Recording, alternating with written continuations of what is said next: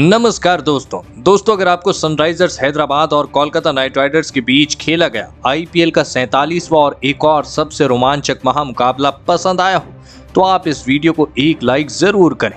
इस वीडियो का like target 400 likes का है, तो इस वीडियो को आप दिल से लाइक जरूर करें। दोस्तों आईपीएल 2023 के 47वें और एक और सबसे रोमांचक महामुकाबले में फिर एक बार आईपीएल इतिहास की दो सबसे बड़ी टीमें एक दूसरे से भिड़ी। इस बार एडन मार्करम की सनराइजर्स हैदराबाद के सामने नीतीश राणा की कोलकाता नाइट राइडर्स की टीम खड़ी थी। इस रोंगटे खड़े कर देने वाले महामुकाबले में कोलकाता के कप्तान नीतीश राणा ने टॉस जीता और पहले बल्लेबाजी का फैसला लिया और हैदराबाद की टीम को पहली गेंदबाजी के लिए आमंत्रित किया। उसके बाद रनों की बारिश करने के इरादे से कोलकाता के दो दिग्गज ओपनर बल्लेबाज मैदान में उतरे। जेसन रॉय और रहमानुल्लाह गुरबाज के कंधों पर इस महामुकाबले में अपनी टीम को एक विस्फोटक ओपनिंग शुरुआत दिलाने की बड़ी जिम्मेदारी थी, लेकिन कोलकाता की इन उम्मीदों को हैदराबाद की तेज गेंदबाजी ने पारी की शुरुआती ओवरों में ही तोड़ दिया और गेंदबाजी डालने आए। जी हां, मार्को जेनिसन ने पारी के दूसरे ही ओवर की पहली गेंद पर रहमानुल्लाह गुरबाज को हैरी ब्रूक के हाथों कैच आउट करा दिया। रहमानुल्लाह गुरबाज बिना खाता खोले ही आउट हो गए। रहमानुल्लाह गुरबाज के जल्दी आउट हो जाने के बाद अब कोलकाता की टीम की तरफ से वेंकटेश अय्यर बल्लेबाजी करने मैदान में उतरे, लेकिन वेंकटेश अय्यर को भी मार्को जेनिसन ने अपने इसी ओवर की आखिरी गेंद पर हेनरी क्लासन के हाथों कैच आउट करा दिया। वेंकटेश अय्यर 4 गेंदों में 7 रन बनाकर आउट हो गए। हैदराबाद की घातक गेंदबाजी ने कोलकाता की टीम को शुरुआत से ही दबाव में रखा था। कोलकाता की टीम अपने 2 बेहतरीन फॉर्म में चल रहे बल्लेबाजों को खोने के बाद दबाव में थी, लेकिन अब विकेट गिरने के बाद कोलकाता के कप्तान नीतीश राणा बल्लेबाजी करने मैदान में उतरे और फिर यहां से जेसन रॉय और नीतीश राणा ने मिलकर कोलकाता की पारी को संभालने की पूरी कोशिश करी। लेकिन कोलकाता के दूसरे ओपनर बल्लेबाज जेसन रॉय को इसी बीच कार्तिक त्यागी ने मयंक अग्रवाल के हाथों कैच आउट करा दिया। आपको बता दें कि जेसन रॉय 19 गेंदों में 20 रन बनाकर आउट हो गए। अब कोलकाता की टीम इस मुकाबले में पूरी तरह बैकफुट पर थी। हैदराबाद की गेंदबाजी आपको बता दें कि कोलकाता के किसी भी बल्लेबाज को मैदान में टिकने ही नहीं दे रही थी। लेकिन अब विकेट गिरने के बाद रिंकू सिंह नीतीश राणा का साथ देने मैदान में उतरे और फिर यहां से नीतीश राणा और रिंकू सिंह ने मिलकर हैदराबाद की शानदार फॉर्म में चल रही गेंदबाजी के आगे विस्फोटक अंदाज से बल्लेबाजी करना शुरू कर दिया। खास करके दोस्तों कोलकाता के कप्तान नीतीश राणा इस मुकाबले में खतरनाक अंदाज से बल्लेबाजी कर रहे थे। नीतीश राणा आसानी से हैदराबाद की गेंदबाजी पर बड़े शॉट खेल रहे थे। पारी का 10वां ओवर डालने आए कार्तिक त्यागी के इस ओवर में नीतीश राणा ने 2 छक्के और 1 चौका लगा दिया, जिस वजह से अब कोलकाता की टीम के ऊपर से दबाव कम होने लगा था। नीतीश राणा और रिंकू सिंह ने मिलकर लगभग पारी के 11वें ओवर तक बल्लेबाजी करी और अपनी टीम को 96 रनों तक पहुंचाया। लेकिन फिर पारी का 12वां ओवर डालने आए एडन मार्करम ने सेट हो चुके नीतीश राणा को अपनी ही गेंद पर कैच आउट करा दी। नीतीश राणा 31 गेंदों में 42 रन बनाकर आउट हो। हैदराबाद की शानदार गेंदबाजी कोलकाता की टीम के लिए लगातार मुश्किलें खड़ी करती जा रही थी। कोलकाता के कप्तान जो अपनी टीम के लिए बेहतरीन बल्लेबाजी कर रहे थे, उनको आउट करने के बाद हैदराबाद की गेंदबाजी इस मुकाबले में पूरी तरह कोलकाता की बल्लेबाजी पर हावी हो चुकी थी। लेकिन अब विकेट गिरने के बाद बल्लेबाजी करने आए आंद्रे रसेल ने मैदान में उतरने के साथ ही एक लाजवाब छक्का लगा दिया। आंद्रे रसेल अपने पुराने अंदाज में बल्लेबाजी इस मुकाबले में बल्लेबाजी कर रहे थे, जिस वजह से कहीं ना कहीं हैदराबाद की गेंदबाजी में डर का माहौल साफ तौर पर दिखने लगा था।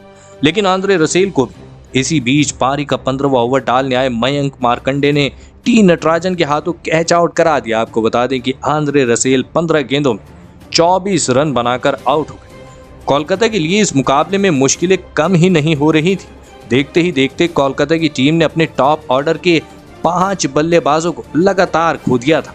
लेकिन अब विकेट गिरने के बाद सुनील नारायण सेट हो चुके रिंकू सिंह का साथ देने मैदान में उतरे।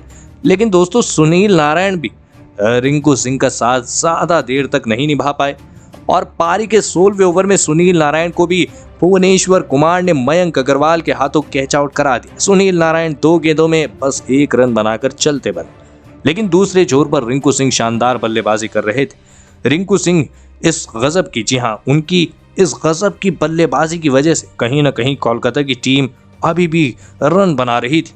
लेकिन दूसरे छोर से विकेट गिरने का सिलसिला रुक ही नहीं रहा था। सुनील नारायण के आउट हो जाने के बाद बल्लेबाजी करने आए शार्दुल ठाकुर को भी टी नटराजन ने अब्दुल समद के हाथों कैच आउट करा दिया। शार्दुल ठाकुर 6 गेंदों में 8 रन बनाकर आउट हो गए। लेकिन अब रिंकू सिंह अपने अर्धशतक से काफी नजदीक थे, लेकिन पारी के आखिरी ओवर में रिंकू सिंह को टी नटराजन ने अब्दुल समद के ही हाथों कैच आउट करा दिया। आपको बता दें कि रिंकू सिंह 35 गेंदों में 46 रनों की शानदार पारी खेलकर आउट हो गए और रिंकू सिंह की इसी गजब की बल्लेबाजी की बदौलत कोलकाता की टीम ने 171 रनों का एक बड़ा लक्ष्य हैदराबाद की टीम के आगे रखा। उसके बाद कोलकाता से मिले 172 रनों के विशाल लक्ष्य का पीछा करने हैदराबाद के 2 दिग्गज ओपनर बल्लेबाज मैदान में उतरे। अभिषेक शर्मा और मयंक अग्रवाल के कंधों पर इस महामुकाबले में अपनी टीम को एक विस्फोटक ओपनिंग शुरुआत दिलाने की बड़ी जिम्मेदारी थी, लेकिन कोलकाता की तेज गेंदबाजी ने हैदराबाद की इन उम्मीदों को पारी के शुरुआती ओवरों में ही तोड़ दिया और गेंदबाजी डालने आए हर्षित राणा ने मयंक अग्रवाल को रहमानुल्लाह गुरबाज के हाथों कैच आउट करा दिया। आपको बता दें कि मयंक अग्रवाल 11 गेंदों में 18 रन बनाकर आउट हो गए।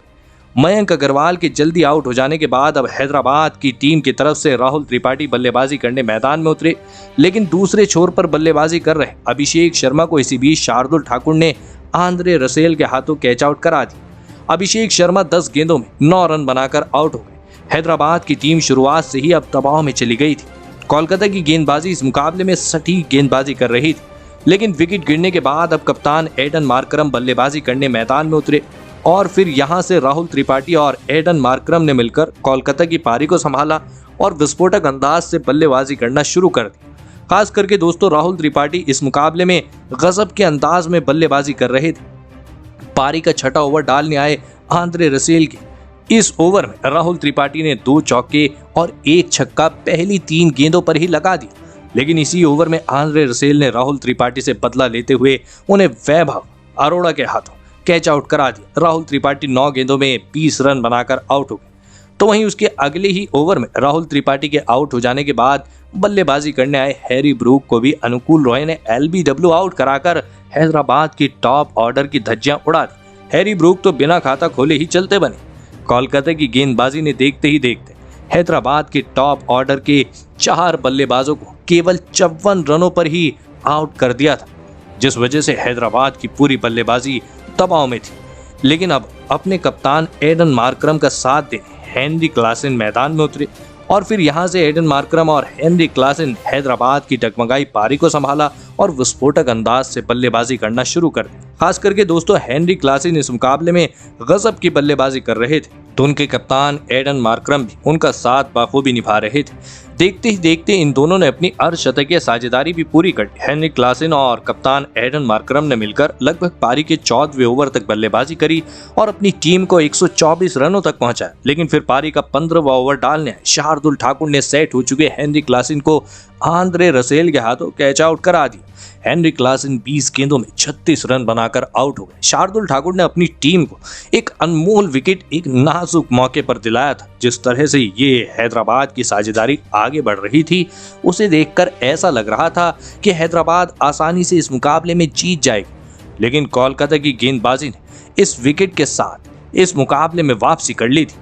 लेकिन अब विकेट गिरने के बाद अब्दुल समद बल्लेबाजी करने मैदान में उतरे, लेकिन अब मुकाबला आखिरी 4 ओवरों में पहुंच चुका था, जहां पर हैदराबाद की टीम को जीत के लिए 34 रनों की आवश्यकता थी। मुकाबला धीरे धीरे रोमांचक हो रहा था और फिर इस पारी के 17वां ओवर में जी हां गेंदबाजी डालने आए वैभव अरोड़ा ने कमाल करते हुए हैदराबाद के कप्तान एडन मार्करम को रिंकू सिंह के हाथों कैच आउट करा दिया। एडन मार्करम 40 गेंदों में 41 रन बनाकर आउट हुए। तो वहीं वैभव अरोड़ा के इस ओवर में हैदराबाद की टीम को केवल 8 रन मिले, जिस वजह से अब आखिरी 3 ओवरों में हैदराबाद को जीत के लिए 26 रनों की आवश्यकता थी।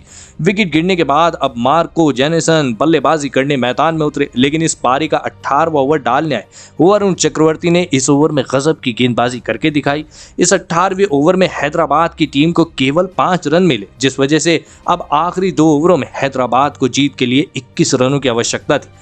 लेकिन इस पारी का 19वां और सबसे महत्वपूर्ण ओवर डालने आए वैभव अरोड़ा ने इस 19वें ओवर की पहली ही गेंद पर मार्को जेनेसन को गुरबाज के हाथों कैच आउट करा दिया। मार्को जेनेसन 4 गेंदों में 1 रन बनाकर आउट हो गए। लेकिन इसके बावजूद बल्लेबाजी करने आए भुवनेश्वर कुमार और अब्दुल समद ने मिलकर ओवर से जी हां आपको बता दें कि 12 रन लिए, जी हां 12 रन बना लिए आपको बता दें कि इसी वजह से अब आखिरी 6 गेंदों पर हैदराबाद को जीत के लिए 9 रनों की आवश्यकता थी। इस मुकाबले में रोमांच अपनी चरम सीमा पर आखिरी गेंद तक था। जी हां, आपको बता दें कि कोलकाता के कप्तान नीतीश राणा ने इस मुकाबले में सबसे बड़ा फैसला लेते हुए आखिरी ओवर में स्पिन गेंदबाज वरुण चक्रवर्ती को दिया और इस ओवर की पहली गेंद पर वरुण चक्रवर्ती ने अब्दुल समद को केवल 1 ही रन बनाने दिया, जिस वजह से 5 गेंदों में हैदराबाद को 8 रनों की आवश्यकता थी। तो वहीं वरुण चक्रवर्ती ने उसकी अगली गेंद पर भी स्ट्राइक पर आए भुवनेश्वर कुमार को 1 ही रन लेने दिया। अब गेंदें बची थी 4 और हैदराबाद को चाहिए थे 7 रन, लेकिन इस ओवर की तीसरी गेंद पर वरुण चक्रवर्ती ने हैदराबाद का सबसे बड़ा विकेट निकाला और सेट हो चुके अब्दुल समद को वरुण चक्रवर्ती ने अनुकूल रॉय के हाथों कैच आउट करा दिया। आपको बता दें कि अब्दुल समद 18 गेंदों में 21 रन बनाकर आउट हो, लेकिन दोस्तों अब हैदराबाद को 3 गेंदों 7 रनों की आवश्यकता थी।